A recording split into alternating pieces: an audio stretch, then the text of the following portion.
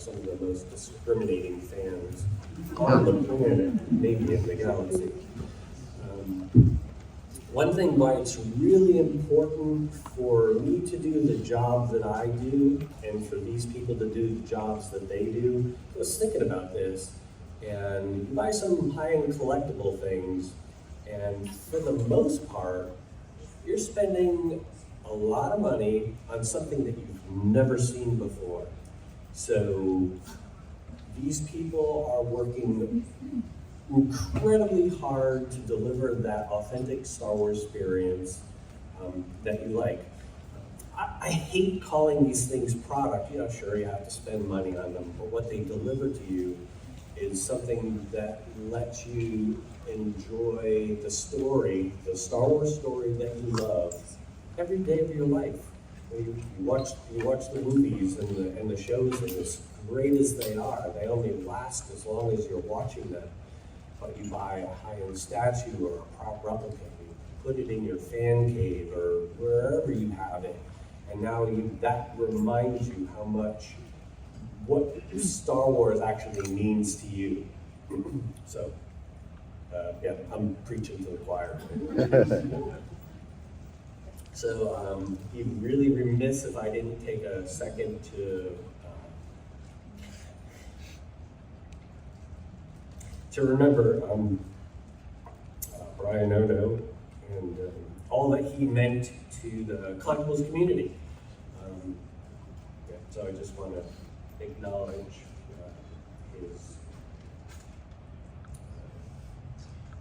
his passing and his contributions. Okay, so first, carry on, we have Evan Berger and Larry, who's not on this panel, but they've taken up the reins that Brian left behind, and I'll ask a few questions so you can get to know Evan. So the first question, Evan, is what does, and everybody's going to get this question, so be prepared. What does working on Star Wars mean to you both personally and professionally, and how challenging is it to pick up the reins from Brian? So, to answer the last question first, can everyone hear me? Am I talking properly? So to answer the last question first, the first slide that you showed, Ryan, is really the most important to me, more so than any of the other slides in our deck. For those of you who weren't fortunate enough to know Ryan, he epitomized, he personified Star Wars. I don't think that there was ever a person whose personality and what he did for work were so closely aligned. He was the head of product development at Master Replicas, which is where I met him actually, possibly 20 years ago to the day at Comic-Con 2003. And he took that passion to make Master Replicas as successful as it was, and in starting EFX in 2008. He made it his life's mission to please the fans, to get authentic prop replicas, and he was just an all-around great person, which I think everybody in this room who was fortunate enough to meet him will agree with, and he is sorely missed. I feel his spirit in this room with us today, because I know from talking to him, being on this panel was one of his favorite things to do. Going to Comic-Con, going to Celebration, meeting the fans, seeing the fans' reactions to his products, and just talking Star Wars were his absolute favorite things. So I'm sorry to go off script, but I felt compelled to begin with talking about him. To answer your question, what does working on this stuff mean personally and professionally? Well, personally, it means that I get to work on what I love. The reason I met Brian in 2003 is because I was a Star Wars fan my whole life, and there was this new company, Master Replicas, that was producing one-to-one prop replicas of all the cool stuff that I had seen on screen. It's something that I grew up watching. I still remember the first time that I watched it with my dad. I was probably 5 or 6 years old when he deemed I was old enough to watch it and enjoy it. So from a personal standpoint, I get to work on what I love. I get to touch the props and see the props that I see on screen. One of the things that Brian and Lucasfilm require of us is before any product comes out, we have to see, touch, feel, photograph, and scan the product because we pride ourselves in a perfect one-to-one representation of what you guys have seen on screen. From a professional standpoint, it is carrying on Brian's legacy. I think that all of the collectors that are in here that have been collecting our products for years, that have been coming by our booth, are so pleased with our products because we prided ourselves in making it the perfect one-to-one replica so that whenever you walk into a room or whenever you have a friend over, you can say, hey, do you remember this from the movie? Well, this is exactly how it looked on screen. This is what Mark Hamill held. This is the helmet that you saw taken off at a specific part in the movie, and you can truly live your passion by having our products in your home. That's interesting. While a lot of the other folks on the panel focus on accuracy and artistry, you really need to. You don't have that luxury. Yours is duplication, and you guys make it look easier than it actually is. So I'll go through the slides. I'll stay up here and slides, and you can address what's here. All right, well, the first helmet is our Armorer helmet. If you've been by our booth, it has not been there because we had a bit of a FedEx issue, but after numerous calls, I am promised that it will be delivered to Marriott next door by noon today. Sorry. So you can come by our booth and see this. It's booth 4337. This is the Armorer one-to-one scale prop replica helmet. It is on sale now. We have a very limited number that remains. So if this is something that you want, don't walk, run to order it. They have already been largely produced. They will be shipping to us from overseas towards the middle of next month, and you can have this in your hands sometime in September. And that's a little bit new for you guys, where the period between pre-order and delivery is much shorter than it ever has been. I thought that would get a laugh. So yes, I mean, historically, I think one of the areas that we could have improved on is our delivery times. It's something that we have struggled with in the past. But from what I hope is that it will not be something that we struggle with in the future.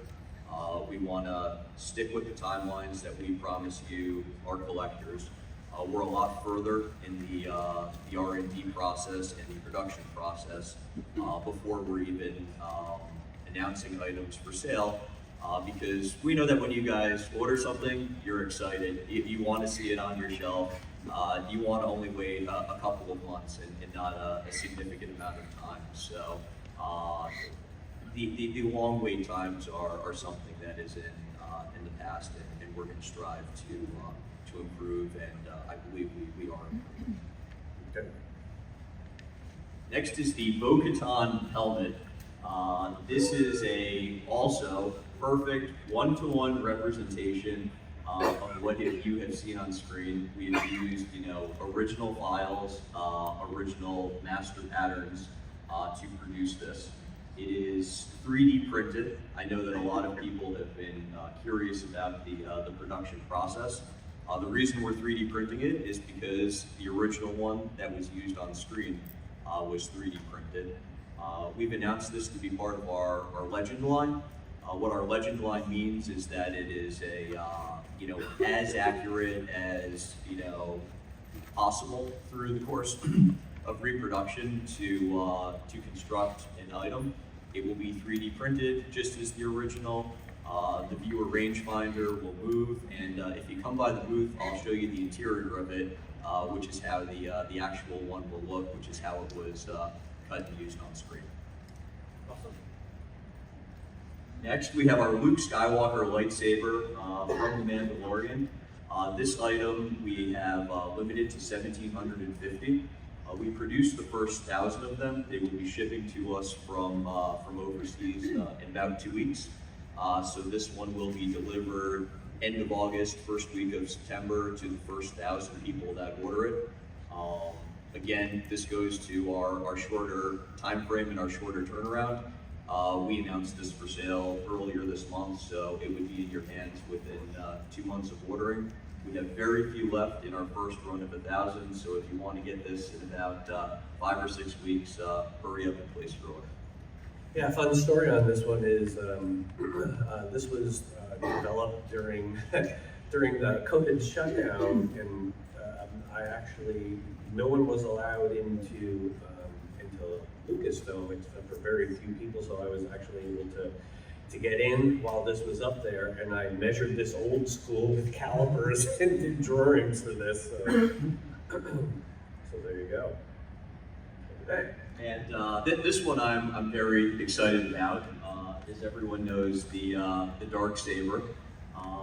Again, I actually got to participate firsthand in the scanning of this back in April. It's going to be a one-to-one representation of what you see on screen. I for one am a huge fan of The Mandalorian, so to see this this prop replica. Anybody else? Yeah.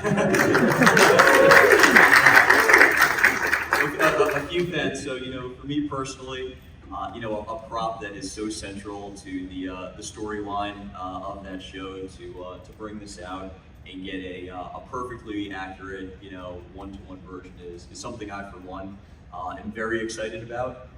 It's going to be die-cast constructed. I've seen some questions about that. The reason is there actually are lines and seams in the original, and as I've said, we try to get everything as perfect as possible. So that's the manufacturing process that can get us a metal lightsaber that will have all the lines and seams that the original screw used one had.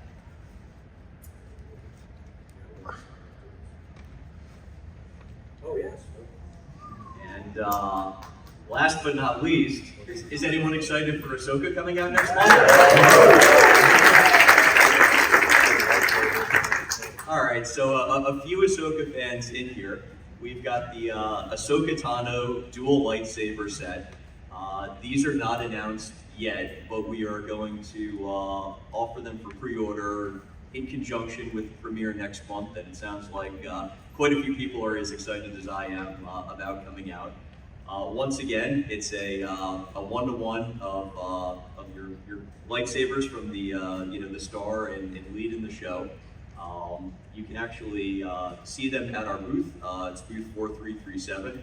We're working on finalizing some of the paint colors. We've already begun the tooling process of this, and it's going to be available sometime early in Q4 of this year.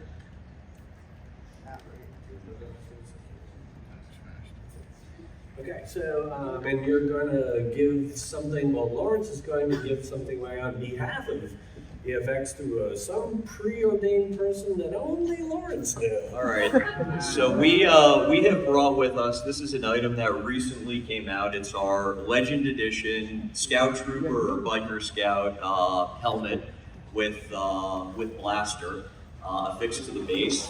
The plaque is signed by Nilo Rodis-Chamero, who is one of the costume designers. Congratulations for winning.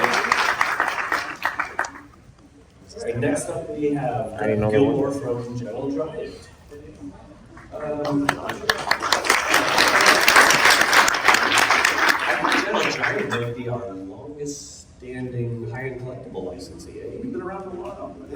We started maybe, our first product came out in about 2002 for Star Wars. But yeah, I think we first were working on our contracts, I think it's 99 maybe. So you've seen a few of me come and go in this There have been some position. people, yeah, there's people. Yeah, but I'm the. There's a mouse in that too. It's a whole thing. So then I know that you're probably could be considered a super fan. So what does it mean to you to work on Star Wars professionally and personally? Well, it's fulfilling and rewarding and satisfying. I never thought I would have a career in Star Wars. That was far-fetched. Like I moved to Los Angeles to pursue a career in music. That was also far-fetched. And Well, you're not half bad. yeah, and then as a hobby, I really liked building model kits, and I thought, well, maybe I could fall back on special effects work in film, whatever. And in order to kind of hone that craft and learn how to airbrush and paint, just so happened where I lived was really close to the original Don Post studios. So I would dumpster dive at night and bring home like 13 Darth Vader helmets and some Royal Guard helmets and Memorial Guard rubber masks and like hundreds of masks and latex just sitting in my garage, and I would sit and airbrush these things all night. I tried to get a job at Don Post and I said, hey, look at this, I painted all your trash, and they really didn't do that.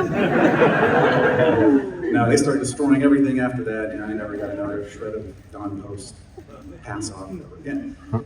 But I built a nice portfolio of pictures of all the stuff that I painted there. And I went to a company called Icons, Authentic Replicas. They were the first company to ever do licensed prop replicas. And I had all the Star Wars stuff. They said, great, it'll fit right in. And there's a picture of me up in the top corner over there. And I just painted X-Wings and TIE Fighters, and more X-Wings, and more TIE Fighters, and Pulse Rifles, and more X-Wings. And then they didn't really manage their business that well. So, rolled into going to Jungle Giant Studios, where we were the purveyors of scanning and 3D printing. At the time, no one was doing that. And I worked with the boss, and I just said, hey, what we're doing with scanning and prototyping, we're still up against people who sculpt in wax and clay. We need to show that we can make a better product and a superior product with these tools. So I convinced him, let's go get a Star Wars license. And Star Wars was a much smaller company, believe it or not, back then. And we started rolling out these products slowly, and we realized, we had a nice hit on our hands. Really successful program, and we're still doing it today. It's been running for 23 years now, and and we're still going strong with the Diamond family now, and we're making more products than ever. So that's been really good. There's some pictures of me up there, scanning the archives. And I never thought I would be in the archives. The picture of me there with Chewbacca, it's the Ark of the Covenant behind me. Really cool stuff. And we were actually holding the actual ad. I mean, this is incredible stuff. And then from there to go and work on Phantom Menace, Attack of the Clones, Revenge of the Sith, and that's me taking a picture of Christopher Lee. Christopher Lee was cool. That guy commanded a room. He just came in and he's dressed like Dooku, and you're like, whoa, he is Dooku, and a vampire and everything else. And Ty, you didn't see these pictures. What happens in higher collectibles stays in higher collectibles. But then, taking that further, then you all of a sudden realize, wow, I've established a career. I've done all these really cool things. And then the end result is the reward of relationships and the people you meet. And that's the stuff you take home. So, there's pictures there, just some people with some of our products, and you can see their faces. Peter Mayhew, it's an awesome picture. So, just those things are rewarding. They take away all that. So, I guess moving forward. I'll go back one. The upper right, the picture with Filoni holding the Ahsoka. I remember you and I you were struggling with that one for a while, and I think what came out at the time, and that was even before anyone was cast for the role, that was he just instantly fell in love with it. So it was really rewarding. Absolutely, yeah, we worked together on that, and that one was neat because it's the first Ahsoka that anyone ever did as a realistic version of Ahsoka. I mean, we were trying to take a lot of these animation characters and mine them, and just say, well, what if they were in real life? And look at us today. We're getting ready to watch Ahsoka next month. Very cool stuff. Yeah, so the artistry that you're able to bring to your product is awesome. Yeah, and the team effort. Very glad.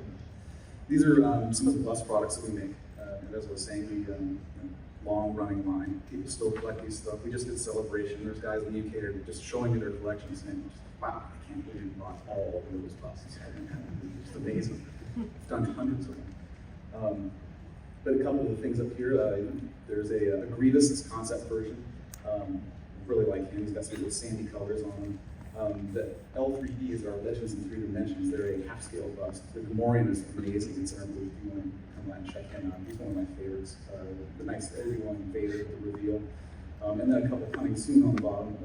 We have a young Boba Fett and a Mom Finn, one of the Cantina characters.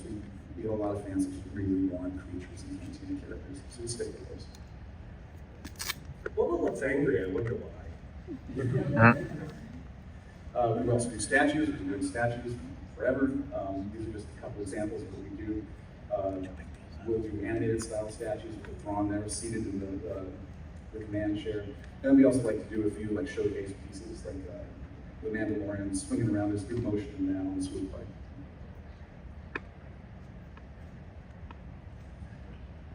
Not that you like old school. Yeah. So with Star Wars, my heart has always been in the toys. Like I think the toys told more stories in the long run than the directors and George Lucas and the filmmakers themselves. Because there are stories, there are toys, right? So we've been doing these reproductions of original Kenner figures, and we've been doing these for a long time too. We would run through the first 12 and then the first 21, and then it just keeps on going and going and going. I got to the point where we're like, well, we need to reinvent some characters. So, for example, there's a Sand Trooper up there. They never made a Sand Trooper. They should have. That would have worked because they made a Jetpack. They didn't make a Sand Trooper. So, I made the Sand Trooper. And the Max Rebo band is, I think, just absolutely cool. So that'll be a nice box set. Okay, back to Lawrence. It's giveaway time. Talk a little bit about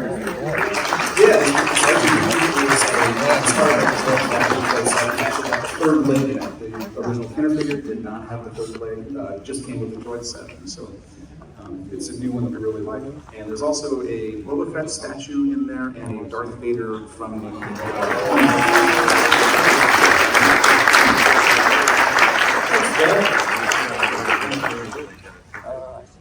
Okay, now for the very first time, we have somebody from Brazil. Iron Studio is on the panel. This is Gabriel. This is his first panel, so please be gentle with it. Or maybe I should say that to myself. So Gabriel, I guess my first question for you is, since you are from Brazil, what's it like being a Star Wars fan in Brazil?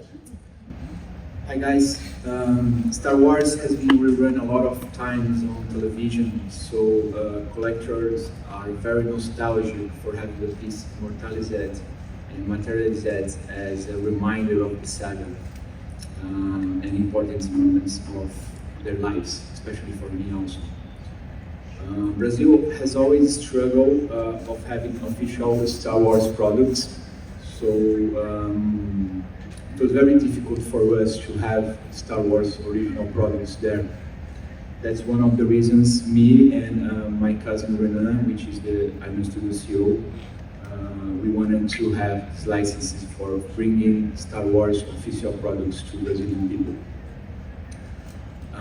And it's funny, just a funny thing here, that's one of the most rare and important, I think, toys in Star Wars line is Flix from Droid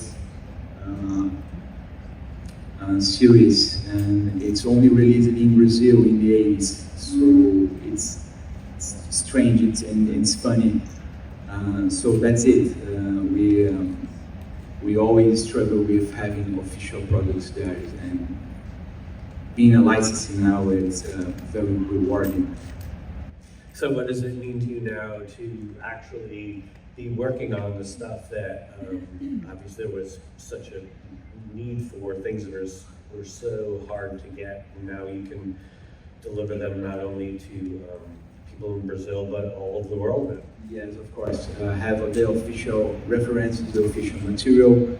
We are able to give all the people the the correct products and the true product. Okay, so this is awesome for us. I think it's awesome that you're able to bring your own special artistry to the things that you do. I'm really happy to have you guys as a license. Yeah. We have a very big fan base there. We have two big fan clubs there, the Five First and the Revelation, since 1999. So yeah, this is amazing. For me, it's a realization of a dream. Being able to work with the characters that brought us very good moments in our childhood and adolescence is extremely rewarding. It brings me very good memories in my grandmother's house, rewatching all the movies with my grandmother and my aunt.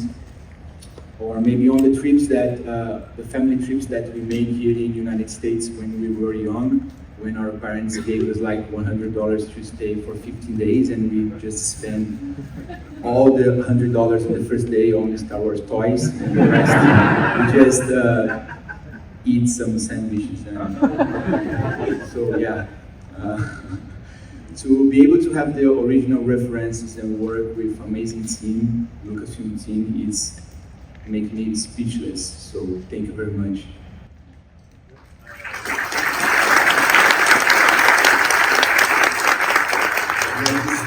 This statue is elected by Iron Studio Awards in Brazil for the best statue that we made the last year. It's very dynamic, very hard to make, all polystone, 1.10 scale, which is our main line, 1.10.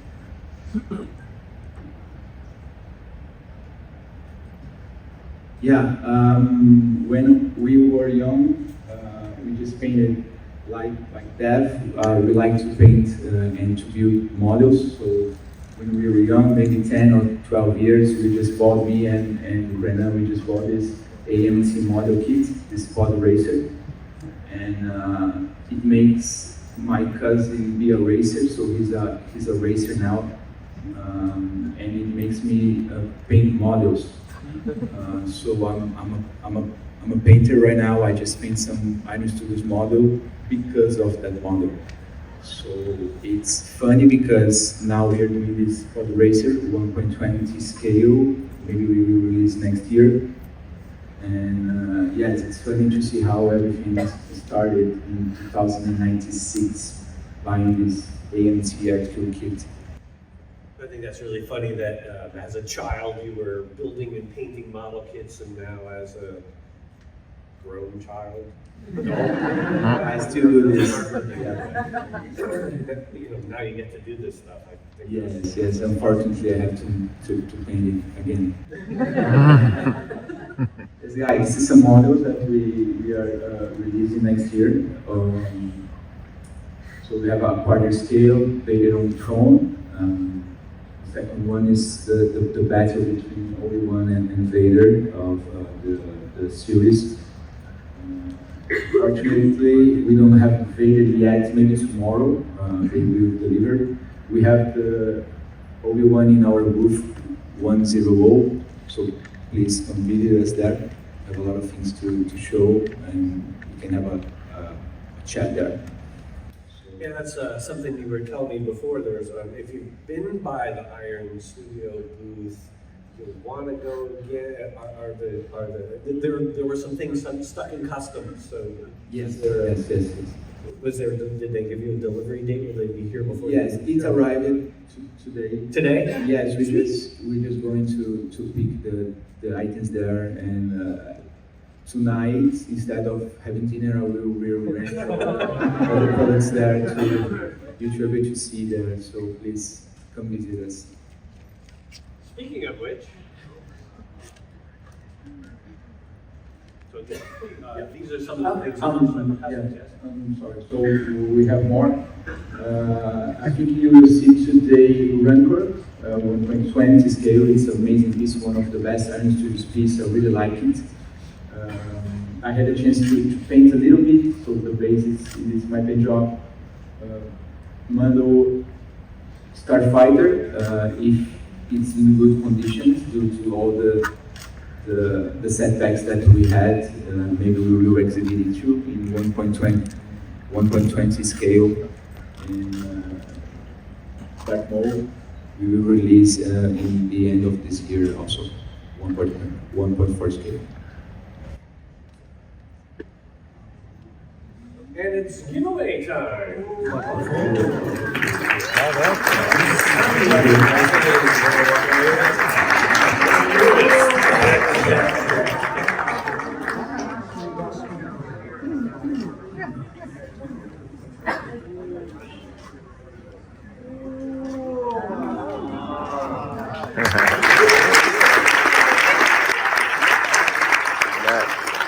Congrats, man.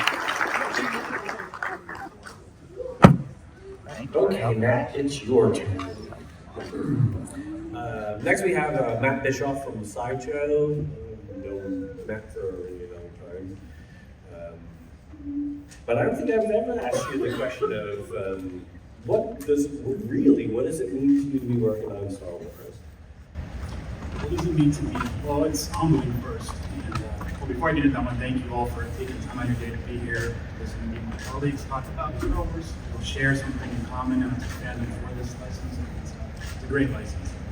And you know, seeing the first opening crawl and the Star Destroyer coming over Tatooine, chasing the Locking Runner, as a 4-year-old, was amazing. And from there, getting the toys and the toys that have plenty of Kenner figures and vehicles, and going to the Sears Wish book, looking at those displays, and God, which one do I want to have? Get them all, but a lot of them. But then to be immersed in it as a career now, it's truly humbling. It's kind of like full circle, because you go from being a little kid having a closet with toys and playing and creating your own stories, and then to be like continuing from the stories you had in your head as a kid onto the product. I think that's where you have to find the balance, is taking your fandom and what you know you want to make, details you want to get, but then that's the job part, making sure that it fits within the budget, and making sure that it works for the customer, works for the license, works for the company, but also works for you, that you're putting on something you're proud of. So, yeah, it's truly humbling. I know you pay a lot of attention to the engineering of the products to make sure not only are they artistic and representing the character in a way that only Sideshow can do, but in the actual delivery of the product, so when you as a fan get it, that it all fits together well and it stays together and will live forever, yeah? Yeah, I mean, we started off, been doing Star Wars for a little bit after GG, for a little over 20 years, and our first piece was a Luke Skywalker mixed media, kind of a museum post, him on Tatooine. Those, you can try to get pretty good, but when you start getting the more dynamic pieces, some collectors want more dynamic action poses. You have suspension gags and weight distribution and balancing and transitioning your prototype, which you've got rods in, into polystone or plastic, and making sure everything delivers properly, making sure the sampling's good, making sure that the customers are satisfied with the product that you create. Because we have to be satisfied with what we create as a prototype before we can think of offering it to you collectors, making sure that you share the same happiness with what you get. Yeah, so we've been doing it for over 20 years. Our first piece was the Luke Skywalker. Sideshow produces various amount of scales and items, 6-scale, posable figures, dioramas, 21 statues. Those are challenging themselves. Bronzes, and like I said, it's a pleasure to be with you all here today. So these are just talking about our fandom. So in the office, right, we are fans ourselves. And I am a huge action figure fan. I'm a huge Imperial Snowwalker fan. I was told by Joe Johnston himself, and I could call him that. It's something that Rhode Island created. So I honor him by saying Imperial Snowwalker collection. I love that vehicle, the design of it. I create Legos and action figures, and Hot Toys figures, and home figures, and you can surround yourself with that and get inspiration from that. It's like a shared passion. It's just growing. Try and take some of these cool little things and implement it into our product. I'm particular to the ATSD there. Yeah, no, why Oh, why? Yeah. Well, why would you ask that question? I may have designed that when I worked at Azure. I'll sign it for you. But it's interesting now because we have so many different things, like, you know, I'm a big fan of the Bandai pieces, right? Those pieces are taking Star Wars and twisting what we all know about it into something different, but still feeling like it's in the Star Wars world. That's just some of our fandom right there. So one of the lines we do is our Star Wars mythos. The mythos is essentially, you know, what kind of happens between what we've seen on screen or in film and what we've kind of in our minds said, okay, that could possibly happen. So we want to stay within canon Star Wars, but kind of give us what we think might have happened in between. So we have a mythos piece that is available for pre-order now. Yoda, as a young Padawan, venturing across, and he's kind of got some different gear on, you know, like a samurai-esque gear. And we're continuing mythos, so you'll see more pieces coming in the line. And it's a different scale than our quarter scale, it's a bit smaller, 1/9, and we're transitioning to another piece. I'm going to show you a drawing of that we're working on. It will be in scale with the mythos line. It's not necessarily mythos if it's not on the screen, but we'll do a couple of characters that maybe we haven't seen before in the film, but that we want to keep and make it look good within the mythos collection. To complete a Star Wars experience for people who love the on-screen and people who love the things that weren't on screen. Speaking of on-screen, On screen we have our animated inspired Ahsoka. She's in stock right now. She's a 4 scale, and it was a fun piece to work on. We started her right before Ahsoka started. We always wanted to do it. I remember being at Anaheim celebration and constant ask was Ahsoka, where's Ahsoka? It took us a while to get to her, and this Ahsoka, we did Ahsoka Gaio, Ahsoka from the Mando, so it's been really fun to work on this character. I think it's a growing character in the universe. In line with that is another piece that's just completed sculpt, and it's more animated stuff, animated base. So this is Captain Rex in his Phase 3 armor, blasting off a destroyed spider droid. This is hopefully maybe next year we'll have this out. You can see previews down the road shortly, but we're trying to show you a little more of kind of what we have going on behind the scenes. We haven't really shown concepts before, but I'd like to show that.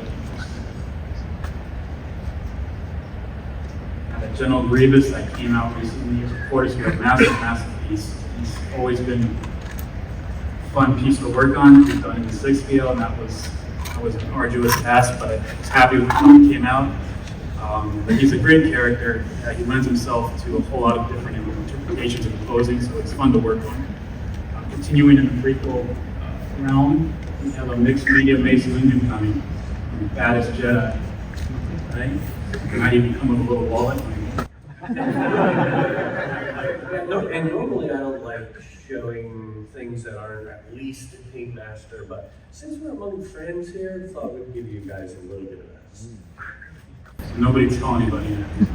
Secret club.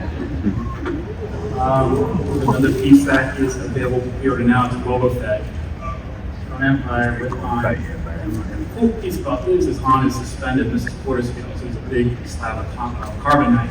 The panel on the side of the carbonite will light up and have a flickering and green effect. And then you'll have some lights in his chest readout and everything as well as the base. So it's taken us, we announced him last year, it's taken us a little while to get the engineering popper so that it supports the slab, and we're pretty happy with where we have him right now, so you'll probably be seeing him probably towards the end of the 3rd quarter or the 4th, based on where we're at now. Because you love doing light up stuff. I love illumination. I don't like sound, but I like illumination. All right, so 20 years ago, the first piece was Luke from New Hope on Tatooine. So this is a piece that we just started our post walkouts the last few weeks. And if you always wanted to do X-Wing Luke, we have pretty rabid X-Wing Luke fans within the office. And they offered to pull up gear up and helmets and gear to be posed ready for us. And so then you can see yourself at home, we'll do it. And then we'll call you in if we need to. But yeah, we're excited about this. I'm excited. I love the orange suit. And this may not be the final concept. We're still working out with how we do the engineering, but we'll have something very close to this of Lucas setting up the ladder into the X-Wing cockpit. And it should be a really fun piece. I'm my damnedest to light up the lights in the face. Hope that next year we can show you something that's finished out. Yeah, I'm super excited about this piece. I think my favorite piece right now from Sideshow is probably the Ahsoka Ball animated diorama thing, because I just love the lines on it, the artistry, the way the characters have been captured, and I'm going to make sure you do the same for this one. So another piece you may have seen on our online, and we're obviously not on the show. Our show's caught up in FedEx as well as everybody else had to make it here online today. The online purposes. But we announced our partnership with Daniel Arsham. Daniel Arsham is a contemporary artist out of the East Coast. And what we're doing with this is, we want to get something new for Star Wars collectors, while also offering something new to fine art collectors. He's very established in the fine art community. He's worked with NBA and Porsche and others, and he's a Star Wars fan. So we're working with him to kind of get his line, or his aesthetic of a decomposed, kind of like a Greek statue, Roman statue, onto Star Wars characters. And the first piece that we're offering is the C-3PO. And he's in a different type of material than we normally do in our polystone. It looks like an alabaster type of deal. And he's got crystals embedded within and where the decomposing is. And then behind him, we have an R2-D2 and a Han and carbonite. And, Arsham's maybe not for everybody in the room, but for some people might be interested in it. It takes you into a different way of looking at Star Wars, and then for the fine art community, who's they're secret Star Wars fans, they have something they can display. So it doesn't change our deviation from offering Star Wars to a variety of individuals. I think you guys have a whole unruly line of stuff where you've been going into things that are more artistic in nature and interpretive, as opposed to so rote to Star Wars. So it's just something for everybody.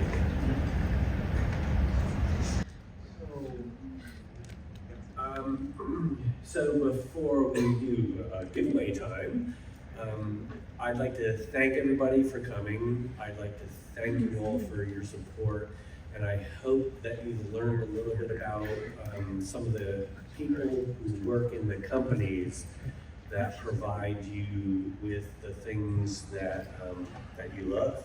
So with that, Lawrence, take it away. All right. We have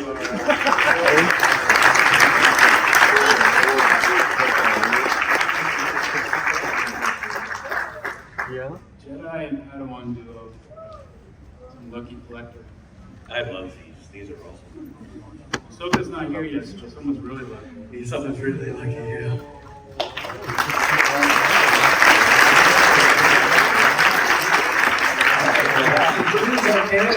Thank you all for coming.